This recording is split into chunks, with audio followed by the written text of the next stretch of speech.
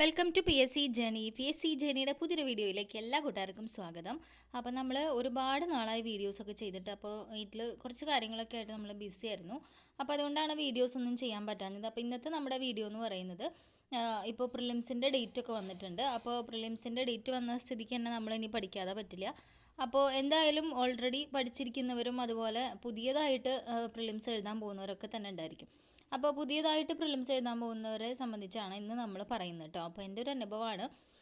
അപ്പോൾ ഞാനും എൻ്റെ പഠനം എന്ന് പറയുമ്പോൾ കുറച്ചൊരു ബ്രേക്ക് വന്നു. ഇപ്പോൾ ഇത്രയും ദിവസമൊക്കെ ഒരു കണ്ടിന്യൂഷൻ ഉണ്ടായിരുന്നില്ല. ഇതുവരെ പഠിച്ച പോലെ ഒരു ഇതുണ്ടായിരുന്നില്ല. പക്ഷെ എന്നാലും നമ്മൾ എന്താ പറയുക, ഒരു ടച്ച് വിട്ടു പോകാതിരിക്കാൻ ശ്രമിച്ചിട്ടുണ്ടായിരുന്നു. എങ്കിൽ പോലും നല്ല രീതിയിലുള്ളൊരു പഠനം പറ്റിയില്ല. അപ്പോൾ അതുകൊണ്ട് തന്നെ ഇനിയിപ്പോൾ പ്രിലിംസായി ഇനിയും നമ്മളങ്ങനെ ഇരുന്നാൽ പറ്റില്ല എന്നുള്ളത് കൊണ്ടാണ് നമ്മൾ വീണ്ടും പഠിക്കാനും എന്തായാലും പഠനം നിർത്തിയിട്ടില്ല.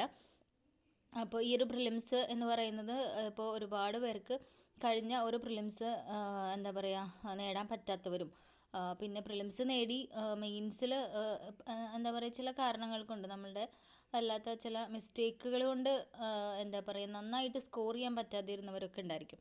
അപ്പോൾ അവർക്കൊക്കെ ഏറ്റവും നല്ല ഒരു ചാൻസ് തന്നെയാണ് ഈ വരുന്ന ഒരു പ്രിലിംസ് എന്ന് പറയുന്നത്. പിന്നെ പുതിയതായിട്ട് ആദ്യമായിട്ട് പ്രിലിംസ് എഴുതാൻ പോകുന്ന ഒരുപാട് പേരുണ്ടായിരിക്കും. അപ്പോൾ അവരെ സംബന്ധിച്ച് ഈ ഒരു ഡേറ്റ് വന്നപ്പോൾ തന്നെ നല്ല ഒരു ടെൻഷനിൽ തന്നെ ആയിരിക്കും. ഇനി എങ്ങനെ പഠിക്കും, എങ്ങനെ പഠിച്ചു തീർക്കും, സിലബസ് എങ്ങനെ പഠിച്ചു തീർക്കും, എന്ത് പഠിക്കും, എങ്ങനെയാണ് പ്രിലിംസ് നേടുക, പുതിയ പാറ്റേൺ ഒക്കെ വെച്ചിട്ട് കിട്ടുമോ, അങ്ങനെ ഒരുപാട് ഡൗട്ടുകളിലായിരിക്കും അവരൊക്കെ ഇരിക്കുന്നുണ്ടായിരിക്കുക.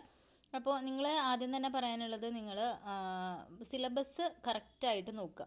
അതായത് പ്രിലിംസിൻ്റെ സിലബസ് തന്നെ കറക്റ്റായിട്ട് നോക്കുക. അപ്പോൾ അതിൽ നമുക്കറിയാം ജി കെ എന്ന് പറയുമ്പോൾ കറണ്ട് അഫെയർസും സയൻസൊക്കെ ഉൾപ്പെടുന്ന ജി കെയും പിന്നെ മാത്സ് മാത്രമേ ഉള്ളൂ.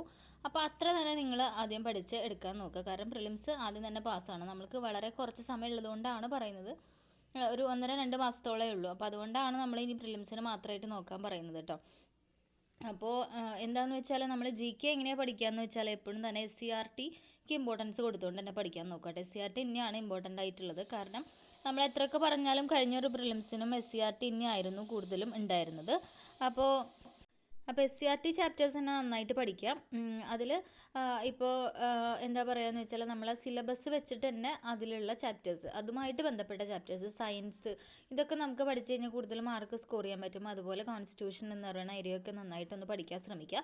പിന്നെ ഉള്ളത് കറണ്ട് അഫെയർസ് ആണ്. കറണ്ട് അഫെയർസ് എത്ര പഠിച്ചാലും നമ്മൾ തീരില്ല. അപ്പോൾ അതുകൊണ്ട് നിങ്ങൾ കഴിഞ്ഞൊരു ഏപ്രിൽ മുതൽ 2021 ഏപ്രിൽ മുതൽ ഈ ഒരു ഏപ്രിൽ വരെയുള്ളത് നിങ്ങൾ കവർ ചെയ്യണം. അപ്പോൾ ഒരാഴ്ച ഒരു മാസം ഒരു മാസത്തെ കറണ്ട് അഫെയർസ് എന്ന രീതിയിൽ നിങ്ങളൊന്ന് വായിച്ച് പഠിച്ച് മനസ്സിലാക്കി പഠിച്ചു പോവുക. പിന്നെ അത് ഇടയ്ക്കൊന്ന് എടുത്ത് വായിക്കും വേണം കേട്ടോ ഈ പഠിച്ചതൊക്കെ. കാരണം കറണ്ട് അഫെയർസ് പെട്ടെന്ന് മറന്നു പോകാനുള്ള ചാൻസാണ്. എന്തെങ്കിലുമൊക്കെ കണക്ട് ചെയ്ത് പഠിക്കാൻ പറ്റുന്നുണ്ടെങ്കിൽ അങ്ങനെയൊക്കെ പഠിക്കുക. പിന്നെ ഞാൻ പറഞ്ഞ പോലെ എന്താണ്, മാത്സ് ആണ് വളരെ ഇമ്പോർട്ടൻ്റ് ആയിട്ടുള്ളത്. മാത്സിൻ്റെ കാര്യം പറയുകയാണെങ്കിൽ മാത്സ് നമ്മൾ പഠിച്ചു കഴിഞ്ഞാൽ, ആ സിലബസ് വെച്ച് പഠിച്ചു കഴിഞ്ഞാൽ ഫുൾ മാർക്ക് കിട്ടുന്ന ഒരു സബ്ജക്റ്റാണ് മാത്സ് എന്ന് പറയുന്നത്. അപ്പോൾ അതിൽ പ്രിലിംസിൻ്റെ സിലബസിൽ പറഞ്ഞിരിക്കുന്ന ടോപ്പിക്കുകൾ മാത്രം എടുക്കുക. ഓരോ ടോപ്പിക്കായിട്ട് ഇപ്പോൾ ആദ്യമായിട്ട് തുടങ്ങുന്നവരാണെങ്കിൽ ഓരോ ടോപ്പിക്ക് എടുക്കുക. അതിൻ്റെ ഇക്വേഷൻസ് ആണെങ്കിൽ ഇക്വേഷൻസ്, ട്രിക്സ് ആണെങ്കിൽ ട്രിക്സ്, അത് എഴുതി വയ്ക്കുക. ഒരു നോട്ട്ബുക്കിൽ തന്നെ എഴുതി വയ്ക്കുക. കാരണം അല്ലെങ്കിൽ പിന്നെ നമ്മൾ പ്രോബ്ലംസ് ചെയ്യുമ്പോൾ നമുക്കത് ഓർമ്മ വന്നിട്ടില്ലെങ്കിൽ പിന്നെ അത് ആ ഒരു ഇക്വേഷൻസ് ഒക്കെ തപ്പാൻ നടക്കേണ്ടി വരും. അപ്പോൾ അത്രയും ടൈം പോവാണ്. അപ്പോൾ അതുകൊണ്ട് നിങ്ങൾ ആ പഠിക്കുന്ന സമയത്ത് തന്നെ അത് നോട്ട് ചെയ്ത് വയ്ക്കുക. ഓരോ ടോപ്പിക്കായിട്ട് നോട്ട് ചെയ്ത് വയ്ക്കുക. എന്നിട്ട് ഡെയിലി ഒരു 5-10 പ്രോബ്ലംസ് ചെയ്യാൻ ശ്രമിക്കുക. അപ്പോൾ കിട്ടുന്നില്ലെങ്കിൽ ഈ ഒരു നോട്ട് എടുത്തിട്ട് നമ്മൾ ആ ഒരു ട്രിക്കോ അല്ലെങ്കിൽ ഇക്വേഷൻസ് നോക്കുക, ചെയ്ത് നോക്കുക, വീണ്ടും വേറെ പ്രോബ്ലംസ് ചെയ്യുക. അങ്ങനെ ഡെയിലി ചെയ്യുമ്പോൾ നമുക്കത് തറാവും. അങ്ങനെയാണ് മാത്സ് പഠിക്കാൻ പറ്റുള്ളൂ. കാണാപ്പാടൊന്നും ഇക്വേഷൻസ് പഠിച്ച് പോകരുത് കേട്ടോ. അപ്പോൾ അതിലും നല്ലത് നമുക്ക് ട്രിക്സ് ഉണ്ടെങ്കിൽ അത് വെച്ചിട്ടും പഠിക്കാം. എന്തായാലും കുറേ പ്രാക്ടീസ് ചെയ്താൽ തന്നെ മാത്സും കിട്ടുള്ളൂ. അപ്പോൾ എല്ലാവർക്കും നന്നായിട്ട് പഠിക്കാൻ ആശംസിക്കുന്നു. താങ്ക്